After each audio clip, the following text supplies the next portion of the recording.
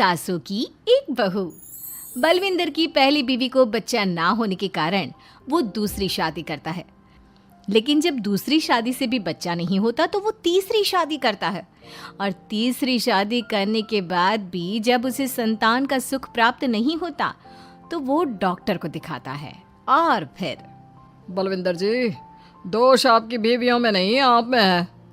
आप में ही कुछ मेडिकल रीजंस की कमियां हैं जिनके कारण आप कभी भी किसी बच्चे के बाप नहीं बन सकते। अरे बाप रे, ये तो घोर समस्या हो गई। एक बच्चे का बाप बनने का मेरा सपना था और आज वही चूर चूर हो गया।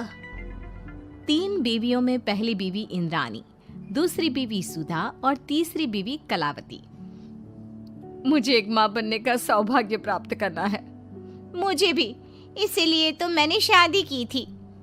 अरे लेकिन अब किसे पता था कि हमारे पतिदेव में ही कमी होगी। अब हम क्या करें? हम एक बच्चे को गोद लेते हैं। तीनों एक बेटे को गोद लेते हैं जिसका नाम प्रमोद रखा जाता है। 20 साल बाद अब तीनों भी बूढ़ी हो चुकी होती हैं। बलविंदर भी बूढ़ा हो चुका था। प्रमोद एक अच्छी नौकरी करता है। उसकी शादी की उम्र हो चुकी थी, इसलिए तीनों माएं प्रमोद की शादी पाखी नाम की एक लड़की से करा देते हैं। शादी के बाद बहू पाखी की पहली रसोई की रस्म की बारी आती है। मेरी प्रिय 3 सासू माओ, आज मेरी पहली रसोई है। बताइए क्या बनाऊं? क्या पसंद है आप तीनों को? बहू तू ना कढ़ाई पनीर, सूजी का हलवा और पुदीने की चटनी बना दे। अरे नहीं नहीं, ये क्या पसंद है? अरे पाखी बहू, तू छोले भटूरे, सरसों दा साग और मक्के दी रोटी बना और पंजाबी लस्सी भी बना दे। ओफो, सच में मेरी सौतनो, खाने के मामले में तुम्हारा टेस्ट और चॉइस दोनों भी बकवास है। बहू, नॉर्मल सिंपल सात्विक भोजन बना दो और हलवा पूड़ी खीर का भोग चढ़ा दो भगवान को मंदिर में। अरे कैसे तुम दोनों अपनी मनमानी कर रही हो? मैं तुम दोनों से पहले आई थी बलविंदर जी के जीवन में, और तुम दोनों से उम्र में भी मैं बड़ी हूँ। इसका मतलब मैं पाखी बहू की बड़ी सास हुई? नहीं, उम्र बस एक अंक होती है। मैंने सबसे ज़्यादा देखभाल की है प्रमोद की, इसलिए मैं एक सास होने का ज़्यादा हक रखती हूँ। पाखी बहू, तुझे मेरी बात माननी होगी। नहीं, तू मेरी बात मानेगी। जो मैंने कहा है वही तू करेगी। नहीं, मेरी बात मानेगी वो। नहीं मेरी। तीनों सास आपस में चिल्लाने लगती है और फिर वहां पर बलविंदर और प्रमोद आ जाते हैं। अरे ये क्या बिल्लियों की तरह लड़ रही हो तुम तीनों सास? पाखी बहू को घर में आए पूरे 24 घंटे भी नहीं बीते हैं। बाकी तुम एक काम करो, तीनों माओं की कही गई डिशेस में से हर एक की 50-50% डिशेस बना दो। लेकिन बस, अब प्रमोद ने कह दिया सो कह दिया। तुम तीनों अब झगड़ना और बहस करना बंद कर दो। पाखी तीनों सासों की कही गई आधी आधी डिशेस बनाती है और इस तरह अपनी पहली रसोई की रस्म पूरी करती है, जिसके बाद उसकी तीनों सास उसे शगुन और नेक देती हैं। फिर एक दिन, अरे पाखी बहू, तुमने अपना सारा काम निपटा लिया है ना? तो जरा यहाँ आना। मेरे ना घुटनों की मांसपेशियों में बड़ा दर्द हो रहा है। जरा तेल या बाम से मालिश तो कर दे बेटा। तभी वहां पर इंद्राणी और कलावती भी आते हैं। पाखी बहू, चलो मेरे साथ बाजार। मुझे ना नई साड़ियाँ खरीदने हैं। तुम्हारी फैशन सेंस बहुत अच्छी है ना, इसलिए मैं चाहती हूँ कि तुम मेरे साथ चलो। अरे पर मैं यहाँ पे पहले आई, तुम्हारे साथ ही सही, लेकिन मेरी स्पीड सबसे तेज थी।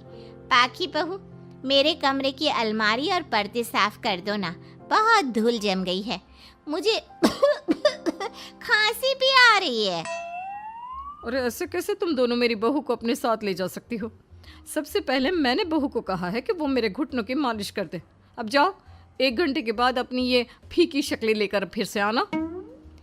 सुधा मैडम, ज्यादा ना बोलो। पाखी बहू को तुम दोनों से ज्यादा नेक दिया है मैंने, इसलिए पाखी बहू तो मेरा ही काम करेगी। और वैसे भी ये सुशील सर्वगुण संपन्न बहू अपनी इस बेचारी बूढ़ी सास को खांसते हुए कैसे देख सकती है? क्यों पाखी बहू? हाँ, पर नहीं पाखी बहू, तुम इन दोनों की भावनाओं के जाल में मत फंसो। और रही बात शगुन और नेक की, तो रिश्तों को प्यार के भाव से तोला जाता है, ना कि पैसों के भाव से। मतलब ही कहीं की। ओ इंद्रानी, ज्यादा मत उछलो, पता है कौन कितना मतलबी है। उफो, अब फिर से आप तीनों मत शुरू होइए। मैं आप तीनों की काम करूँगी, लेकिन बारी बारी। सबसे पहले सुधा सासू माँ का, फिर कलावती सासू माँ और फिर इंद्रानी सासू माँ का। इसके बाद तीनों सासों में फिर से लड़ाई और कहासुनी छिड़ जाती है। फिर एक दिन जब पाखी घर का किराने का सामान लेने बाहर निकल रही होती है कि तभी बहू, मुझे ना मेरा पुराना संदूक नहीं मिल रहा, तू आकर ढूंढ देगी क्या?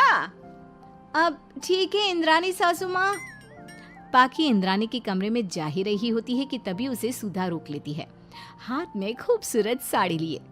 पाखी बहू, ये मेरे ना साड़ी पर पिछली बार अचार गिर गया था, इसे प्लीज अच्छे से धो देना।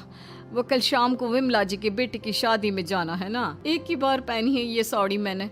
अभी धो देगी तो कल तक अच्छे से सूख जाएगी और कड़क इस्त्री करके मैं तेरा परफ्यूम मार कर शादी में जाऊंगी। हाँ, लेकिन सुधा सासू माँ। उतने में कलावती भी वहाँ पर एक कढ़ाई लेकर आ जाती है। पाखी बहू, ये मैंने कल रात को मेहंदी भिगोई थी लोहे की कढ़ाई में, मेरे बालों में लगा देना बिटिया, तू तो मेरी प्यारी बहू है ना? इंद्रानी वहाँ आ जाती है और तीनों सास फिर से एक दूसरे को गुस्सेल आंखों से देखती है और फिर से आपस में लड़ना शुरू कर देती हैं। तुम अपने आप को समझती क्या हो? खरीद लिया है क्या मेरी बहू को? ये मेरी बहू है। तो मेरी पड़ोसन है क्या? ये मेरी भी बहू है और मेरा भी इस पर उतना ही हक है जितना कि तुम्हारा। तुमने खरीद नहीं लिया है ना, तो ये मेरी है, सिर्फ मेरी, इकलौती बहू मेरी पाखी, मेरा ही काम करेगी। क्यों पाखी? नहीं नहीं, ये मेरा काम करेगी। पहले मैंने आवाज लगाई थी। तुम दोनों तो ऐसी बहू पाने के लायक भी नहीं हो। हट जाओ तुम दोनों और खुले मैदान में जाकर एक दूसरे से लड़ो और नोचो एक दूसरे को। लेकिन पाखी बहू तो सिर्फ मेरी ही सुनेगी और मेरे ही आदेशों का पालन भी करेगी।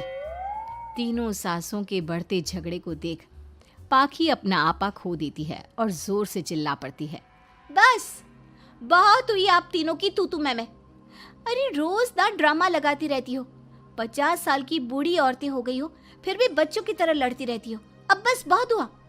अब तो मैं आप तीनों में से किसी की भी बात नहीं सुनूंगी और मैं जा रही हूँ ये घर छोड़ के।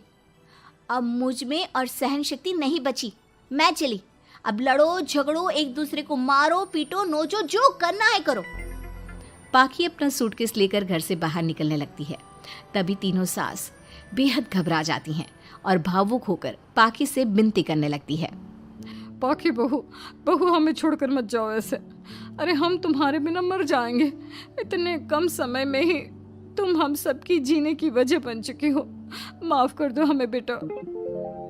हाँ पाखी बहू, हम आइंदा से कभी नहीं लड़ेंगे और हंसी खुशी मिलकर बात करते रहेंगे, वादा करते हैं। हाँ बहू, लेकिन तू मत जा प्लीज, ये घर तेरे बिना सुना सुना हो जाएगा। हम तीनों सासों की एक ही तो बहू है, लेकिन हम अपनी एक बहू को बेटी की तरह प्यार देंगे, उसके साथ सहेलियों की तरह रहेंगे। लड़ाई झगड़ा सब कुछ छोड़ देंगे बेटा, लेकिन तू छोड़ के मत जा। अपनी तीनों सासों को भावुक देखकर पाखी की भी आंखें भर आती है और वो उन तीनों को माफ कर देती है और उनके गले लग जाती है। इसके बाद तीनों सास अपनी एक बहू संग खुशी से मिलजुल कर रहती हैं और आपस में जरा भी लड़ाई झगड़े नहीं करती।